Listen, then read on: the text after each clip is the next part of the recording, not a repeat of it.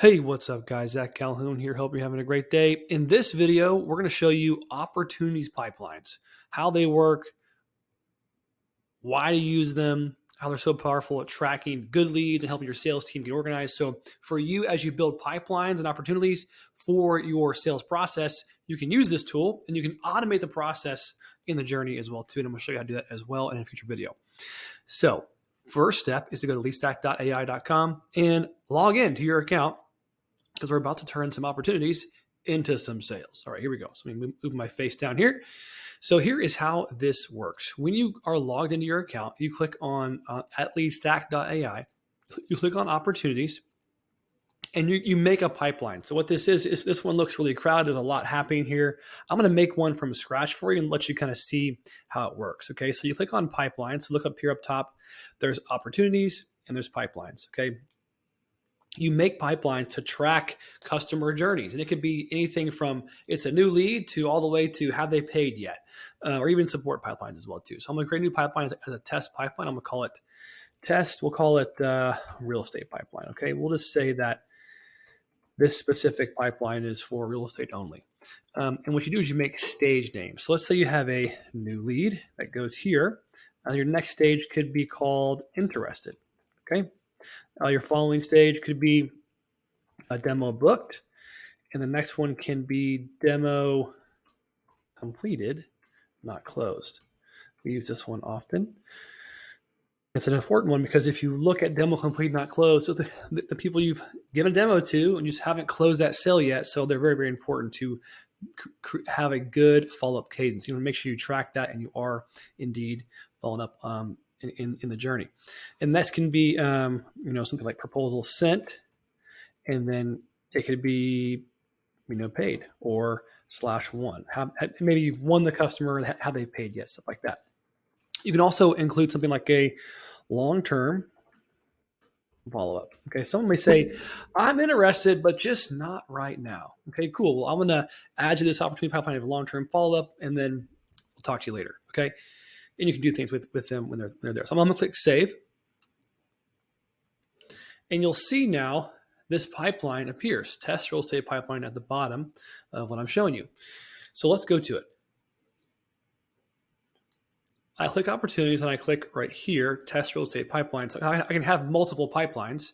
This is what it looks like. So I just made these little columns. So all your stages are just columns. So you can title them whatever you want to title them. New lead, interested, demo book, demo completed, not closed. So that's what we have here.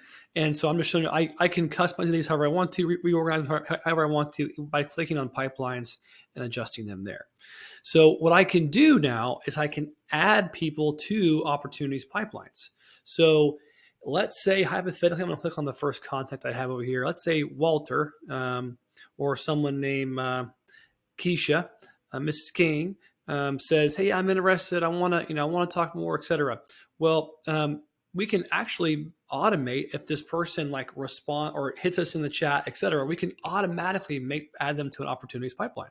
So I can go here and edit that pipeline, and I can edit it in a variety of ways. But I'm just going to show you this as an example.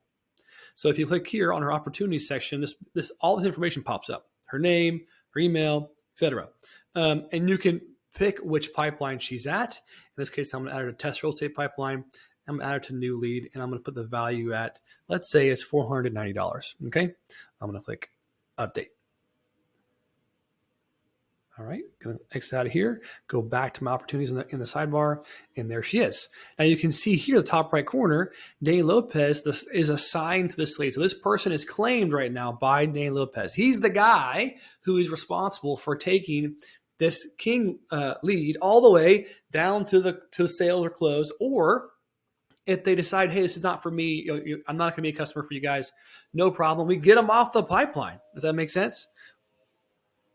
So as Danny talks to this person, they can move them left and right. Very simple. Just move them to the right. Now they're interested. Or I've talked to them. I booked a demo. Now we completed the demo. I'm over to the right. So based on what your sales process and the stages of your sales process, you can create these pipeline stages based on your experience from selling into your niche, right? So that's how you drag and drop, move them around. how do you edit these, or what's this information here? So if I click into this person, or I click on the card itself, it opens up what we saw earlier, which is the contact details. It's called the opportunities details. Okay. And on this opportunity, on this lead, I can do a lot of stuff. Typically, we like to keep it simple, but I can add information. I can change their opportunity stage or their stage here. I can change their opportunity value.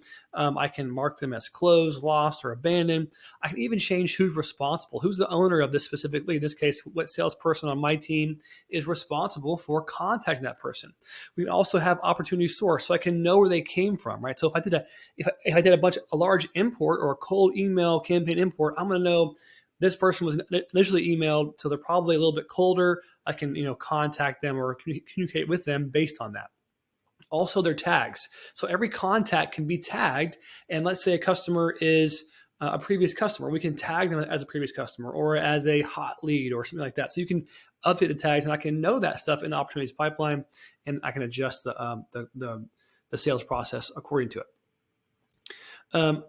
Also, too, we can book appointments. We can set tasks. So tasks are actually really great if I'm talking to a lead, or if my salesperson is doing something and I just want to have someone else on the team, or have my own self follow up with this person in the future at a later date, or do something specific that there may not be a workflow for, but I want to remember. So I can create a task.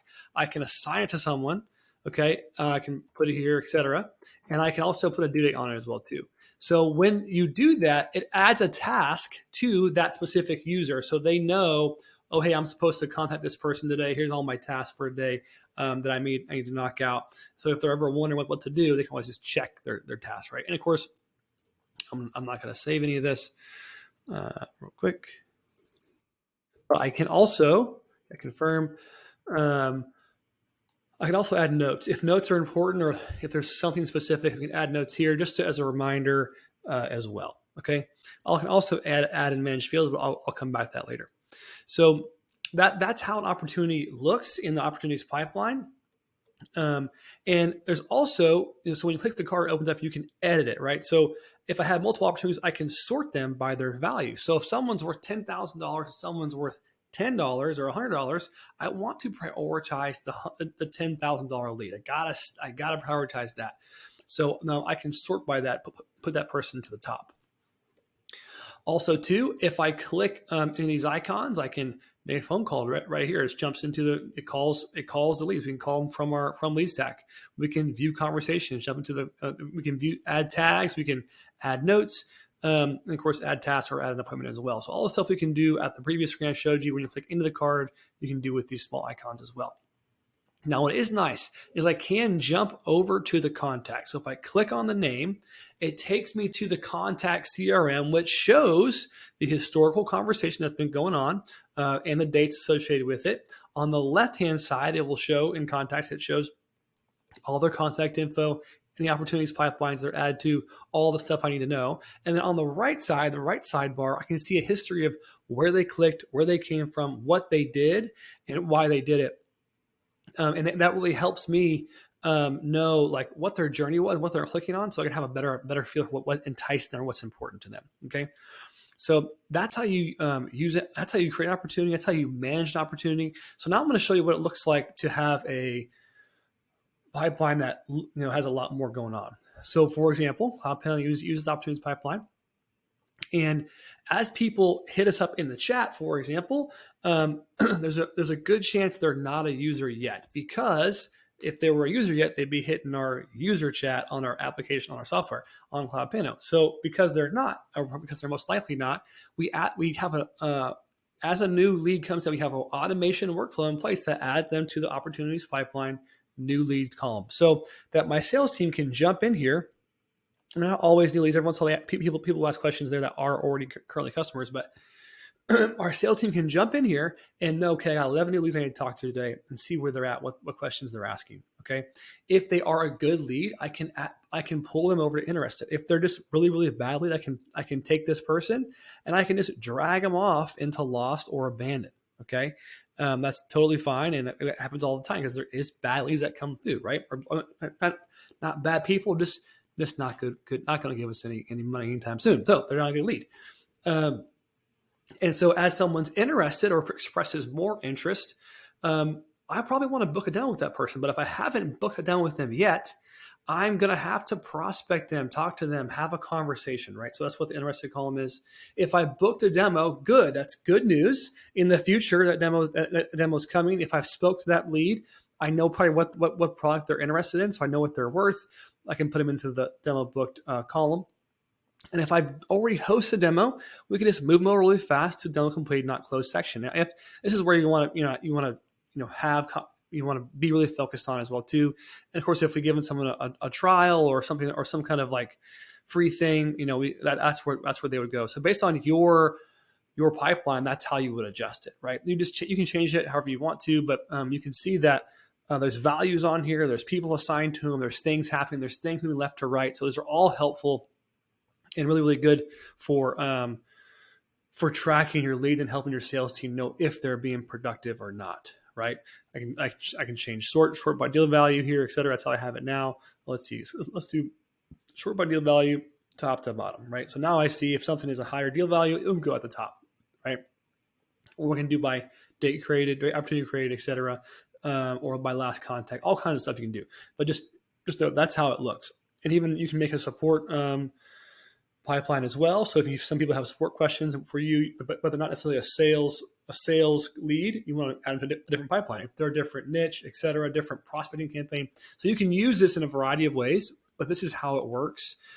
As you get more leads coming in and you're adding opportunities to your pipeline, this will get bigger for your organization. That's okay. This is how it works. You want to clean your pipeline. As you click around and get used to it, it gets easier and easier, of course, as well too. So don't let all the buttons and all the things scare you. It's just showing you where a customer is on their journey so that you can be productive as a salesperson and not lose focus. Okay. Hope this is helpful. If you haven't already started today, go to LeadStack.ai.com. Hold on, let me pull it up for you here. LeadStack.ai.com. I'm sorry, it's not .com. It's LeadStack.ai. Grow your business agency automatically prospect leads, build some funnels, use the chatbot, Team CRM, and automate your entire lead success. Use this tool today to get started and check out our free trial. We'd love to have you inside. All right, see you there.